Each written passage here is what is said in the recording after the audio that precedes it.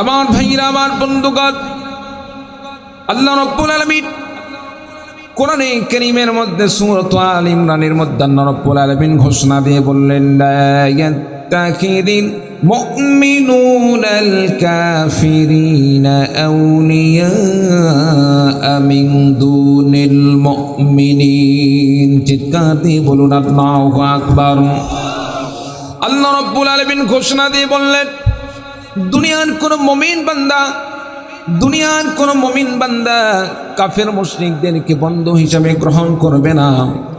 আমার ভাইরা, আমার বন্ধুগণ, মুমিন বান্দার বন্ধু হবে একজন মুমিন ব্যক্তি, মুসলমানের একজন বন্ধু হবে একজন মুসলমান, মুমিন বান্দার একজন বন্ধু হবে মুমিন বান্দা। মুমিন বান্দার প্রকৃতপক্ষে বন্ধু কোনোদিন কাফের মুশরিক হতে পারে না, কারণ দুনিয়ার সমস্ত কাফের মুশরিক তারা ঐক্যবদ্ধ হয়ে মুসলমানদের ধ্বংস করার জন্য সবসময় তারা চক্রান্ত চালিয়ে যায়। আজকে ফিলিস্তিনের দিকে তাকিয়ে দেখেন, সেখানে ইহুদিরা যেভাবে মুসলমানদেরকে নিধন করতেছে, ঠিক তেমনিভাবে একইভাবে ওই ইহুদিদেরকে অস্ত্র দিয়ে সহযোগিতা করতেছে আমেরিকার খ্রিস্টানরা। ঠিক তেমনিভাবে মুসলমান নিধনের পিছনে ইহুদি এবং খ্রিস্টানরা যেভাবে মুসলমানদেরকে নির্যাতনের পিছনে তাদের যেমন ভূমিকা, একই রকম ভূমিকা রয়েছে আমাদের পাশের রাষ্ট্র ভারতের এই সমস্ত শিরিকবাদ, মুশরিকবাদ, এই সমস্ত আমার ভাইরা, আমার বন্ধুগণ, হিন্দুত্ববাদ, তারাও মুসলমানদেরকে নির্যাতন আর মুসলমানদেরকে নিধনের পিছনে তারা ঐক্যবদ্ধ। আমার ভাইরা, আমার বন্ধুগণ, এরপরেও যদি কোনো মুসলমানের সাথে বন্ধুত্বতা না করে, কোনো মুসলমানকে বন্ধু না বানিয়ে মুসলমান হয়ে যদি ইহুদি খ্রিস্টান আর বিধর্মীদেরকে যদি কোনো মুসলমান বন্ধু হিসাবে গ্রহণ করে, আল্লাহর কসম করে বলছে সে বান্দা কোনোদিন পরিপূর্ণ ইমানদার হতে পারে না। চিন্না বলুন ঠিক কিনা? ইমানদার ব্যক্তি কোনোদিন কাফেরের সাথে বন্ধুত্বতা হতে পারে না। সাময়িক দুনিয়ার লেনদেন হতে পারে, দুনিয়ার ক্ষেত্রে ব্যবসা বাণিজ্যে আমরা যে ব্যবসা বাণিজ্য করি এটা হতে পারে, কিন্তু বন্ধুত্বতা হতে পারে না। কারণ কাফের মুশরিক কোনোদিন মুসলমানদের বন্ধু নয়। বন্ধুর ভান ধরে আসতে পারে, বন্ধুর অভিনয় করতে পারে। আপনার কাছে আমার কাছে তারা বন্ধুর অভিনয় করে স্বার্থের জন্য। স্বার্থ ছাড়া তারা কোনোদিন এক ধাপও সামনের দিকে অগ্রসর হয় না। প্রিয় ভাই সব, কত মানুষ কত রকমভাবে কত সম্মান দেখায়, কত কি দেখবেন। এই সমস্ত বিধর্মীদের আপনার সামনে আমার সামনে সম্মান প্রদর্শনের একটি কারণ, সেটা হচ্ছে তাদের কোনো না কোনো স্বার্থ আছে। স্বার্থের জন্যই তারা এগিয়ে আসে। সুতরাং মুসলমানের বন্ধু একমাত্র মুসলমানই হতে পারে, ইমানদারের বন্ধু একমাত্র ইমানদারি হতে পারে। ইমানদারের বন্ধু কোনোদিন বেঈমান কাফের মুশরিক হতে পারে না। চিৎকার দিয়ে বলুন ঠিক কিনা? রাসূলুল্লাহ সাল্লাল্লাহু আলাইহি সাল্লামের সময় একজন মুশরিক ছিলেন, উকবা ইবনে মুঈত।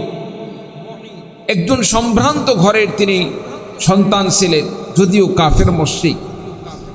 তিনার একটি সিস্টেম ছিল, যখন তিনি সফরে যাইতেন, ব্যবসার উদ্দেশ্যে বাহিরে যাইতেন, কিংবা ব্যবসা থেকে বাড়িতে আসতেন, আসার পরে এলাকার যারা সম্ভ্রান্ত মানুষগুলো, এলাকার সম্ভ্রান্ত মানুষদেরকে উকবা ইবনে আবি মুঈত তিনি দাওয়াত করতেন। উকবা ইবনে আবি মুঈত দাওয়াত করে এই সমস্ত এলাকার গণ্যমান্য ব্যক্তিদেরকে মেহমানদারি করতেন। আমাদের এলাকার অনেক সময় আমরা যখন হজে যাই, অনেক ভাইরা হজে যাওয়ার আগ দিয়ে আমরা একটু হাত ধোয়ানোর ব্যবস্থা করি, কি বলেন ঠিক কিনা? যে সমস্ত বাবাজিরা হজে গেছেন, অবশ্য আমার বিশ্বাস এই কাজটা মনে হয় করছেন তারা। কারণ হজে যাওয়ার সময় একটা চিন্তা থাকে, দেশে ফিরে আসতে পারবো কি পারবো না।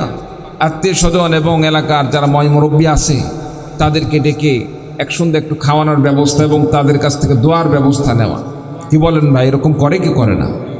সম্মানিত উপস্থিতি, উকবা ইবনে আবি মুঈত তিনি এইরকমভাবে এলাকার যারা গণ্যমান্য ব্যক্তি তাদেরকে মেহমানদারির জন্য তিনি আয়োজন করতেন।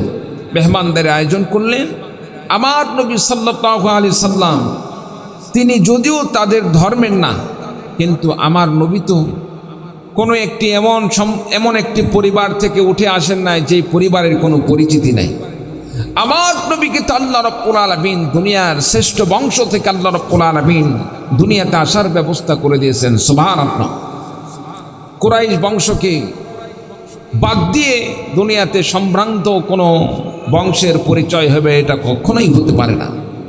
রসুল সাল্লাল্লাহু আলাইহি সাল্লামকে তখন তারা সম্ভ্রান্ত একজন ব্যক্তি হিসাবে উকবা ইবনে আবি মুঈত দাওয়াত করলেন। সম্মানিত উপস্থিতি, রাসূলুল্লাহ সাল্লাল্লাহু আলাইহি সাল্লাম উকবা ইবনে আবি মুঈতকে শর্ত দিলেন, উকবা ইবনে আবি মুঈত শোনো, আমি তোমার বাড়িতে মেহমান হতে পারি, আমি তোমার বাড়িতে খাবার খেতে পারি, তবে একটি শর্ত, সেটা হচ্ছে তুমি যদি এই কথা দাও, এই সাক্ষী দাও, আমার সাথে এই ওয়াদা করো, তুমি ইসলাম গ্রহণ করবে, ঈমান আনয়ন করবে।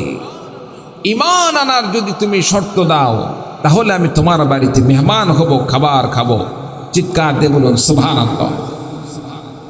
আমার নবীগণ একটা ধাপ তিনি অগ্রসর হতেন না যেখানে ইসলামের কোনো ফায়দা নেই, যেখানে কোরআনের কোনো ফায়দা নাই, যেখানে ইসলামের কোনো উপকার নাই, উপকারহীন, ইসলামের কল্যাণহীন কোনো কাজের দিকে নবীজি অগ্রসর হতেন না। আমরা তো দাওয়াত পাইলেই দৌড়াই পেট পূজার জন্য, খাওয়ার জন্য। রসুলও কিন্তু উকবা ইবনে আবি মুঈতের বাড়িতে বিনা শর্তে মেহমান হতে পারতেন, খাইতে পারতেন, কিন্তু নবী তা করলেন না। রসুল সাল্লাল্লাহু আলাইহি সাল্লাম শর্ত লাগিয়ে দিলেন, আমি মেহমান হতে পারি, শর্ত হলো কালিমা পড়তে হবে, ইসলাম গ্রহণ করতে হবে। চিৎকার দিয়ে বলুন সুবহানাল্লাহ। উকবা ইবনে আবি মুঈত ইচ্ছাই হোক অনিচ্ছাই হোক, তার মনের একটি টান ছিল, আমার বাড়িতে যেভাবেই হোক এই সমস্ত দামি দামি ব্যক্তিদেরকে উপস্থিত করতে হবে, তাদেরকে আমার বাড়িতে মেহমানদারি করাইতে চাই। সেজন্য রসুলের সামনে তিনি রসুলের দাবিকে তিনি গ্রহণ করলেন, অ্যাকসেপ্ট করলেন এবং বললেন, ঠিক আছে, আমি কথা দিলাম ইসলাম গ্রহণ করব। বলুন সুবহানাল্লাহ। ওইদিকে উকবা ইবনে আবি মুঈতের আরেকজন বন্ধু আছে, নাম হচ্ছে উবাই ইবনে খালফ। ইসলামের চিরশত্রু, যারা সারা জীবন ইসলামের শত্রুতা করে এসেছে, নবীর পিছনে লেগেছিল, তার মধ্যে অন্যতম হচ্ছে উবাই ইবনে খালফ। সম্মানিত উপস্থিতি, আমার রসুল সাল্লাল্লাহু আলাইহি সাল্লাম এবার উকবা ইবনে আবি মুঈতের বাসায় অনুষ্ঠানের দিনে শরীক হলেন, খাবার খাবেন। এমন সময় আমার ভাইরা, আমার বন্ধুগণ, রাসূলুল্লাহ সাল্লাল্লাহু আলাইহি সাল্লাম উকবা ইবনে আবি মুঈতকে বললেন, ইসলাম গ্রহণ করলে, কালিমা পড়ে নিলে আমি তোমার বাড়িতে খাবার খাবো। আমার ভাইরা, আমার বন্ধুগণ, উকবা ইবনে আবি মুঈত রাসূলুল্লাহ সাল্লাল্লাহু আলাইহি সাল্লামের কথা অনুযায়ী তিনি ইসলাম গ্রহণ করার অঙ্গীকার প্রকাশ করলেন। আমার ভাইরা, আমার বন্ধুগণ, এমনকি তিনি কালিমা পড়ে ইমানদার হয়ে গেলেন। এইদিকে উকবা ইবনে আবি মুঈতের বন্ধু উবাই ইবনে খালফকেও উকবা ইবনে আবি মুঈত সেই অনুষ্ঠানে তিনি দাওয়াত করছিলেন, আবু জেহেলের মতো মানুষকে দাওয়াত করছিলেন। আমার ভাইরা, আমার বন্ধুগণ, উকবা ইবনে আবি মুঈতের ঘনিষ্ঠ বন্ধু হলো উবাই ইবনে খালফ। অথচ উকবা ইবনে আবি মুঈত উবাই ইবনে খালফকেও দাওয়াত করছেন, আমার নবীজিকেও দাওয়াত করছেন। নবীজির হাতে তিনি ইসলাম গ্রহণ করেছেন, এই কথা যখন উবাই ইবনে খালফ জানতে পারলেন, উবাই ইবনে খালফ এইবার উকবা ইবনে আবি মুঈতকে বললেন, উকবা ইবনে আবি মুঈত শোনো, আমরা সকল বন্ধু বান্ধব তোমাকে বয়কট করলাম, আমরা শুনতে পেরেছি তুমি নাকি ইসলাম গ্রহণ করেছ, মুহাম্মাদের হাতে হাত রেখে ঈমান গ্রহণ করেছ, ইসলাম গ্রহণ করেছ, ঈমান আনয়ন করেছ। যদি তাই হয়ে থাকে, আমরা যারা বন্ধু বান্ধব রয়েছি সকলে তোমাকে বয়কট করলাম। আমার ভাইরা, আমার বন্ধুগণ, উকবা ইবনে আবি মুঈত চিন্তার মধ্যে পড়ে গেলেন, আহারে এখন কি করি? আমার যে সমস্ত ঘনিষ্ঠ বন্ধু রয়েছে তার মধ্যে অন্যতম একজন হলো উবাই ইবনে খালফ। উবাই ইবনে খালফ যদি আমার কাছ থেকে আমার বন্ধুত্বতা থেকে যদি সরে যায় আমার জন্য বড় লজ্জার বিষয় হবে, আমার অনেক কষ্টকর হয়ে যাবে। আমার ভাইরা, আমার বন্ধুগণ, এক পর্যায়ে উকবা ইবনে আবি মুঈত চিন্তার মধ্যে পড়ে গেলেন কি করবেন। আমার ভাইরা, আমার বন্ধুগণ, উকবা ইবনে আবি মুঈতের অবস্থা দেখে উবাই ইবনে খাল উকবা ইবনে আবি মুঈতকে শর্ত লাগিয়ে দিলেন, যদি তুমি কয়েকটি কাজ করতে পারো তাহলে তোমার সাথে আমাদের বন্ধুত্বতা ঠিক থাকবে। আমার ভাইরা, আমার বন্ধুগণ, এলাকার মধ্যে যুবক সন্তানদের, যুবক ভাইদের অনেক গ্রুপিং থাকে না। একটা গ্রুপের মধ্যে মনে করেন 20 জন যুবক আছে, 20 জন যুবকের মধ্যে সকলের বন্ধুত্বতার মধ্যে এইরকম অনেক সময় হয়ে যায়, কোনো একজনের সাথে মন মালিন্যতা হয়ে যায়। মন মালিন্যতা হয়ে যাওয়ার পরে বাকি সকলকে সিদ্ধান্ত জানানো হয় তার সাথে আমাদের কোনো সম্পর্ক নাই। এইরকম হয় কি হয় না? বগুড়া মনে হয় না? আপনার কথা বোঝেন নাই? এরকম হয় কি হয় না? আমার ভাইরা, আমার বন্ধুগণ, বন্ধু বান্ধব সকলে মিলে একজনকে যখন বয়কট করে তার চলাফেরা কষ্ট হয়ে যায়। এলাকার মধ্যে অনেক মানুষ, আমরা অনেক সময় সামাজিকতা মিল রাখতে গিয়ে অনেক সময় বাধ্য হয়ে আমরা এমন কোনো কাজের সাথে জড়িত হয়ে যাই। আমার ভাইরা, আমার বন্ধুগণ, ওই কাজ করার ইচ্ছা নাই, যদি করে ফেলে দেয় সমাজের মানুষরা। আমার ভাইরা, আমার বন্ধুগণ, এমন সময় দেখা যায় আমার কোনো কাজ করার ইচ্ছা নাই, কিন্তু যদি সেটাকে না করি সমাজের লোক আমাকে সমাজে নেবে না। এইরকম হয় কি হয় না? আমার ভাইরা, আমার বন্ধুগণ, উবাই ইবনে খালফ এবার উকবা ইবনে আবি মুঈতকে লক্ষ্য করে বললেন, আমাদের সাথে যদি তোমার বন্ধুত্বটাকে ঠিক রাখতে চাও তোমাকে কয়েকটি কাজ করতে হবে। কয়েকটি কাজ যদি তুমি করতে পারো তাহলে তোমার সাথে আমাদের বন্ধুত্বতা থাকবে, আর যদি কয়েকটি কাজ না করো তাহলে তোমার সাথে আমাদের কোনো সম্পর্ক নেই। আমার ভাইরা, আমার বন্ধুগণ, এইবার উবাই ইবনে খালফ উকবা ইবনে আবি মুঈতকে ঘোষণা করে দিলেন, এক নম্বরে যে নবীর প্রতি ঈমান আনয়ন করেছ, যে মুহাম্মদের খাতির রেখে ইসলাম গ্রহণ করেছ, ওই নবীর মুখে থুতু নিক্ষেপ করতে হবে। থুতু নিক্ষেপ করলে তুমি আমাদের সাথে বন্ধু হিসাবে থাকবে। চিৎকার দিয়ে বলুন নাউযুবিল্লাহ। নবীর মুখে থুতু নিক্ষেপ করার কথা বলে, কত বড় জঘন্যতম একটি কথা। সম্মানিত উপস্থিতি, তাহলে দেখেন কত বড় একটি মারাত্মক একটি প্রস্তাব দিল। যেই নবীর গায়ে একটি মশা মাছি পড়া পর্যন্ত হারাম, এই নবীর মুখে থুতু নিক্ষেপ করার কথা বললেন। 2 নম্বর, উবাই ইবনে খালফ উকবা ইবনে আবি মুঈতকে যে শর্ত লাগিয়ে দিলেন, যেই নবীর প্রতি ঈমান আনয়ন করেছ ওই নবীকে এখান থেকে ঘাড় ধাক্কা দিয়ে বাহির করে দিতে হবে। বলুন নাউযুবিল্লাহ। আমার ভাইরা, আমার বন্ধুগণ, উবাই ইবনে খালফ উকবা ইবনে আবি মুঈতকে 2 নম্বর শর্ত দিয়ে দিলেন, নবীজিকে ঘাড় ধাক্কা দিয়ে বাহির করে দিতে হবে। 3 নম্বর, উকবা ইবনে আবি মুঈতকে উবাই ইবনে খালফ যে শর্ত লাগিয়ে দিলেন, 3 নম্বর শর্ত হলো নবীজিকে যখন এখান থেকে বিতাড়িত করবে, এমনি এমনি বিতাড়িত করলে হবে না। নবীজিকে গালমন্দ করতে করতে, গালি দিতে দিতে এখান থেকে বাইর করে দিতে হবে। চিৎকার দিয়ে বলুন নাউযুবিল্লাহ।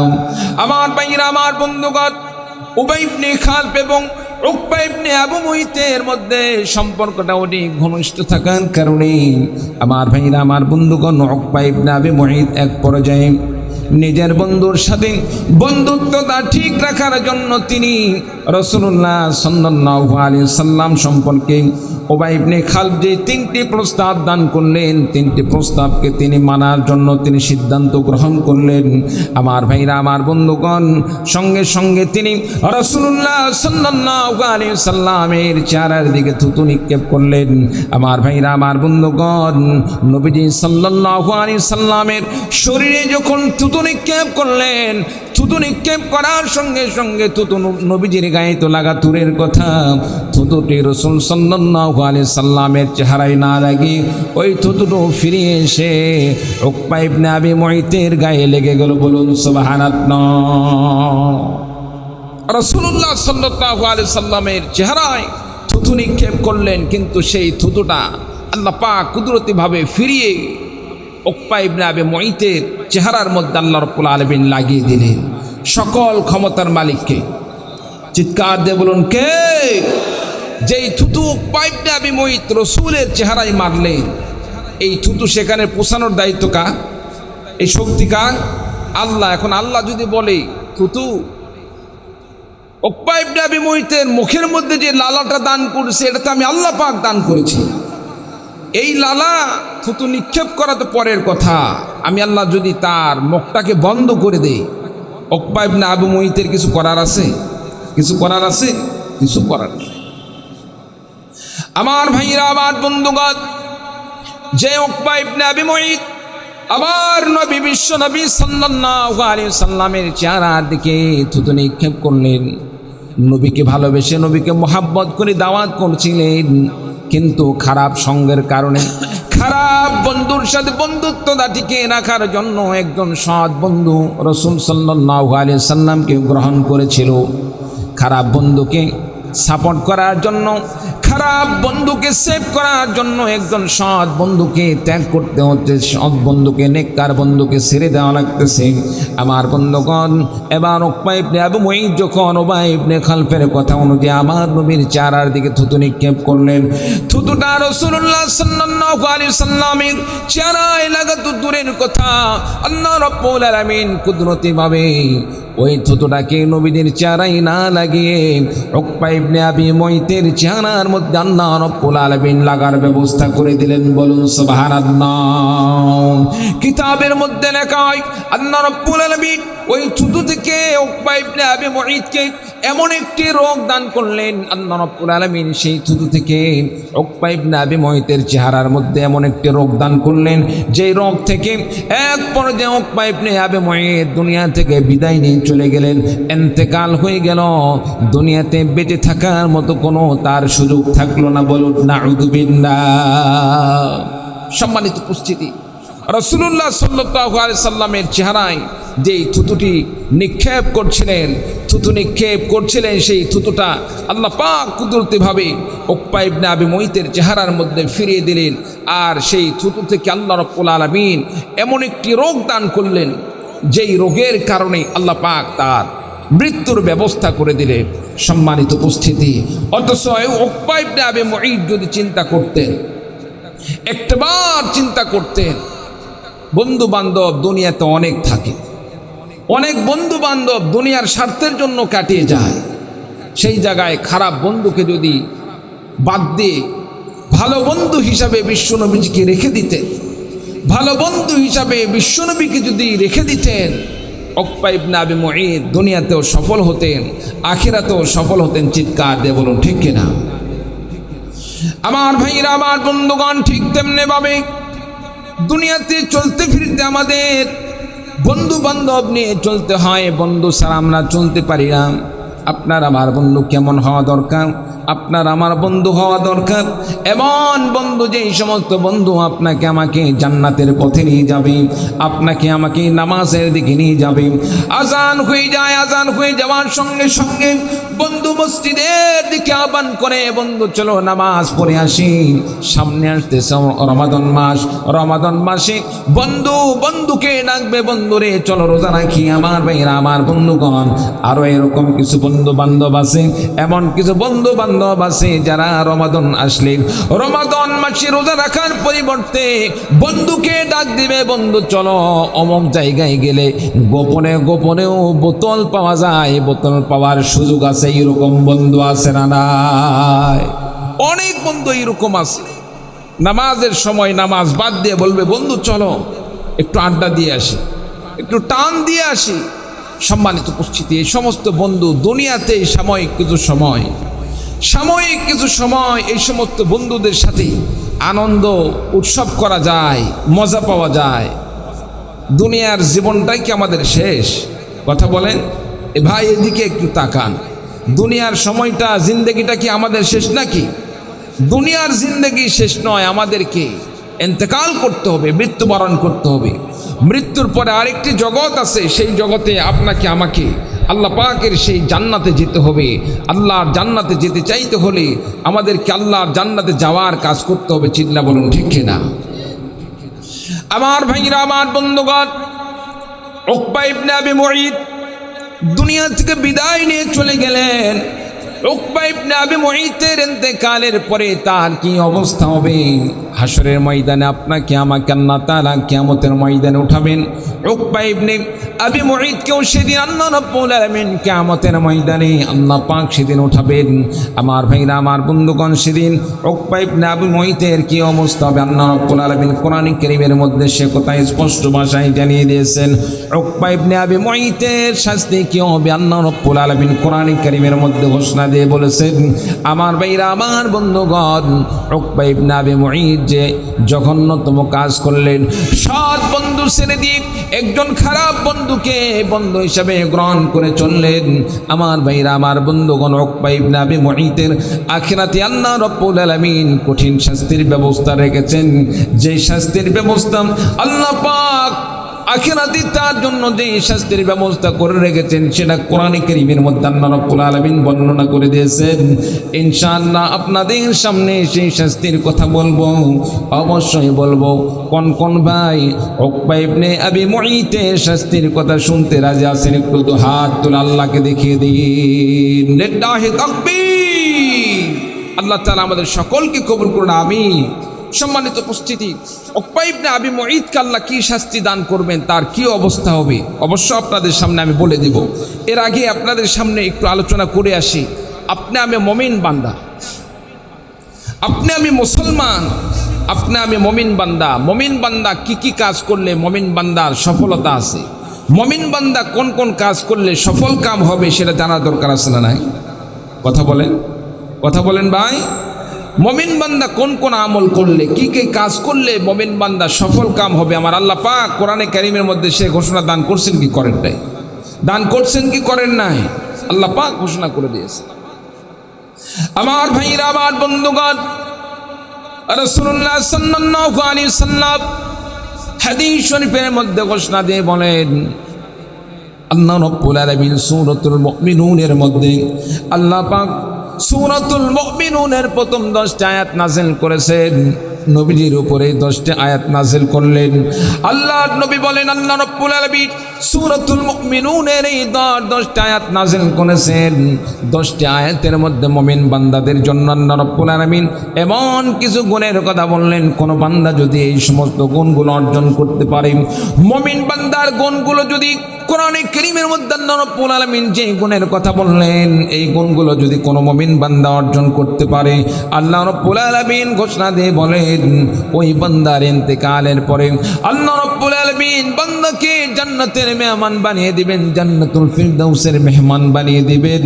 আমার ভাইরা, আমার বন্ধুগণ, যেমন নাকি মানুষ দুনিয়াতে মা বাবা মারা গেলে সন্তানরা উত্তরাধিকারী হিসাবে মা বাবার সম্পদের মালিক হয়ে যায়, ওয়ারিস সূত্রের মালিক হয়ে যায়, যে মুমিন বান্দা সামনে গুণের গুণ আলোচনা যেগুলো করা হবে, যে গুণের কথাগুলো বলা হবে, এই সমস্ত গুণগুলো অর্জন করতে পারবে, আমার নবী সাল্লাল্লাহু আলাইহি ওয়াসাল্লাম বললেন, ওই মুমিন বান্দাদেরকে আল্লাহ রাব্বুল আলামিন ওয়ারিস সূত্রে জান্নাতুল ফিরদাউসের মালিক বানিয়ে দিবেন। বলুন সুবহানাল্লাহ। আল্লাহ পাক জান্নাতুল ফিরদাউসের মালিক বানিয়ে দিবেন। চিৎকার দিয়ে বলুন সুবহানাল্লাহ। মুমিনের সেই কি কি গুণ সেটা জানার দরকার আছে না নাই? আছে না নাই?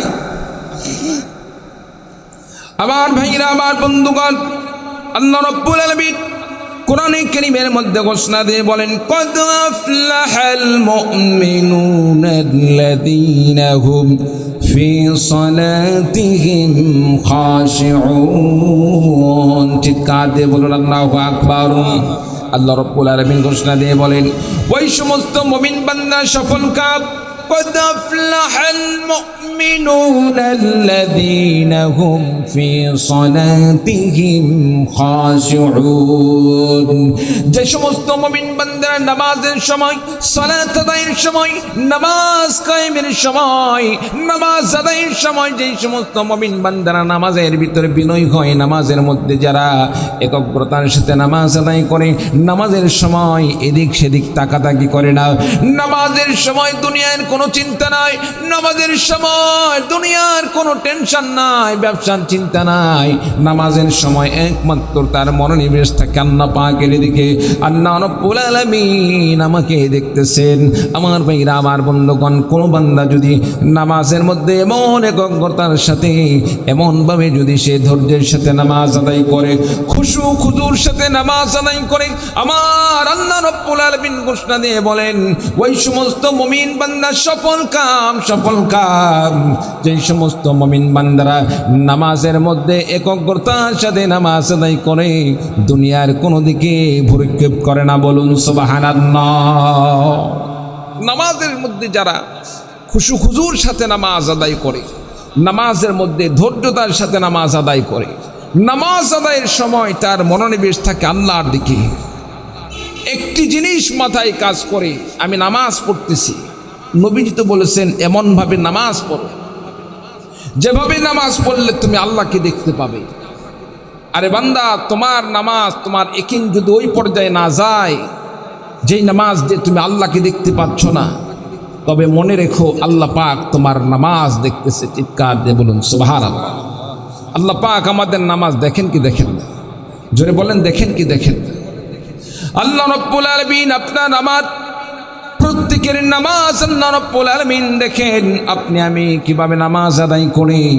আমার ভাইরা, আমার বন্ধুগণ, এই জন্য নামাজের মধ্যে, নামাজ যখন আদায় করব, দুনিয়ার কোনো চিন্তা ফিকির চলবে না, দুনিয়ার কোনো গবেষণা চলবে না, দুনিয়ার কোনো ব্যবসায়ী চিন্তা মাথার মধ্যে আনা যাবে না। নামাজের মধ্যে একমাত্র চিন্তা ফিকির থাকতে হবে, আমার রব আমাকে দেখতেছেন, আমি কিভাবে নামাজ আদায় করি। ডানে বামে ভ্রুক্ষেপ করা যাবে না। আমার ভাইরা, আমার বন্ধুগণ, নামাজ আমরা মনোযোগ সহকারে আদায় করব। কেন নামাজ মনোযোগ সহকারে আদায় করব? রাসূলুল্লাহ সাল্লাল্লাহু আলাইহি ওয়াসাল্লাম নামাজ সম্পর্কে হাদিস শরীফের মধ্যে ঘোষণা দিয়ে বলেছেন, আউয়ালু মা ইউহাসাবু বিহিল আবদু ইয়াউমাল কিয়ামাতিস সালাহ। আমার নবী ডাক দিয়ে বললেন, কিয়ামতের দিনে সর্বপ্রথম বান্দার কাছ থেকে যে জিনিসের হিসাব নেওয়া হবে, বান্দা নামাজ পড়েছে, রোজা রেখেছে, হজ করেছে, যাকাত দান করেছে, আর অনেক নেকির কাজ করেছে।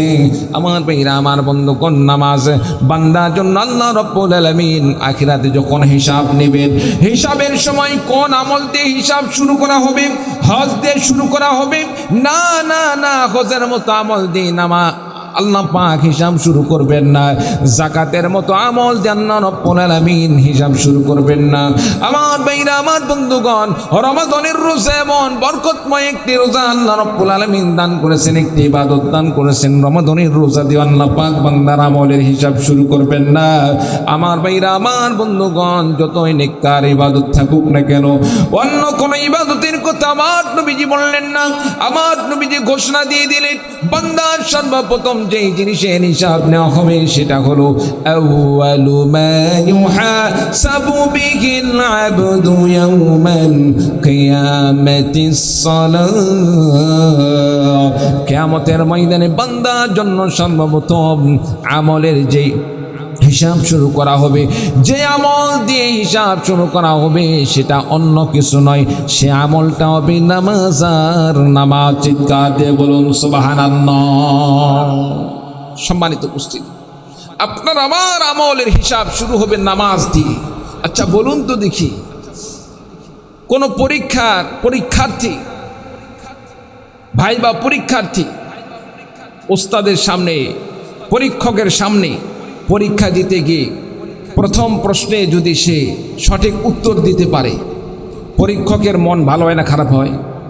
জোরে বলেন, ভালো হয়। কারণ কি? না রে বা, ধরার সাথে সাথে সে ফটফট করে উত্তর দিয়ে দিচ্ছে।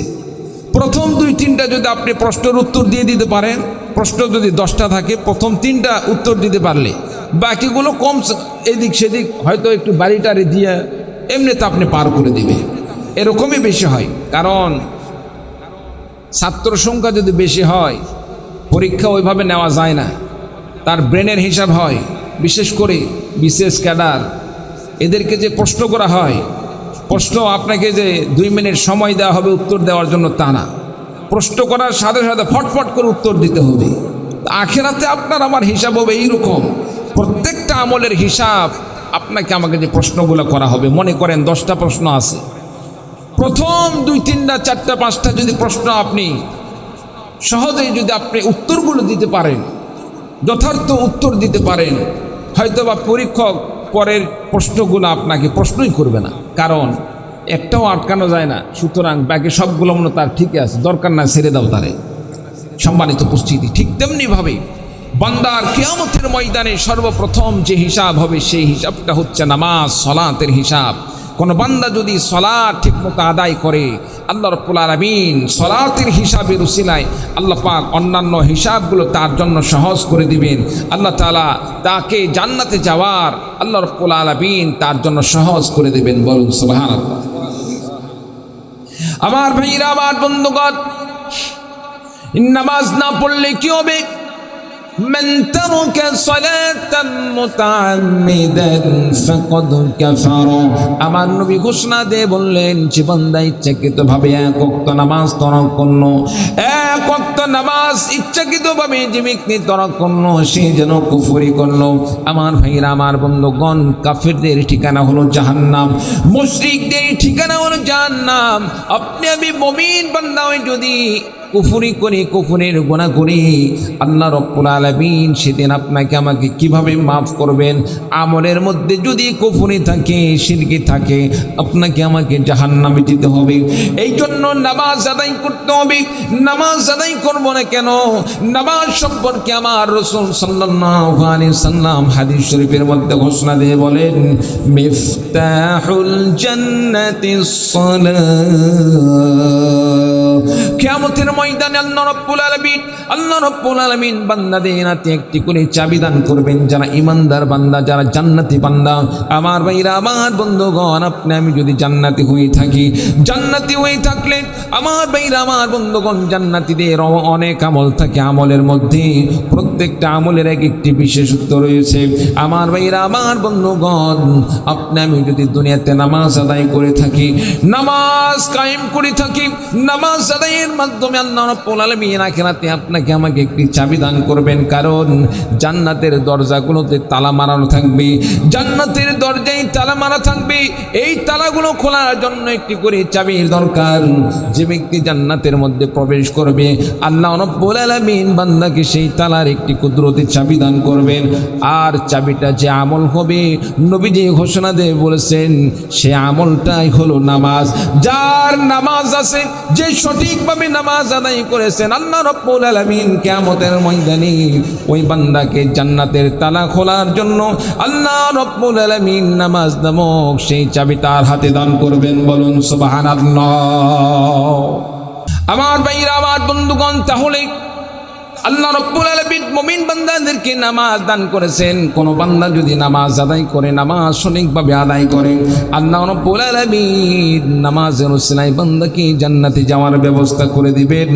নামাজ যদি না থাকে, নামাজ ঠিকমতো আদায় না করতে পারে, আল্লাহ রাব্বুল আলামিন নামাজ না থাকার কারণে আপনাকে আমাকে যে আমলের মাধ্যমে বান্দা সর্বপ্রথম হিসাব হবে, যে আমল দিয়ে, সে আমল যদি না থাকে, সে আমল যদি সঠিকভাবে অর্জন করতে পারে, যত ইবাদত করি না কেন, জান্নাতের দরজা খোলার মতো যদি আমার কাছে চাবি না থাকে, জান্নাত যতই কামাই করি না কেন, বাড়ির যতই মালিক হই না কেন, বাড়ির গেটে যদি তালা মারা থাকে, বাড়ির তালার সেই চাবিটা যদি আমার কাছে না থাকে, যতই আমি সেই বাড়ির মালিক হই না কেন, বাড়িতে ঢোকার মনো আর কোনো সুযোগ থাকে না। চিন্তা বলেন ঠিক কিনা?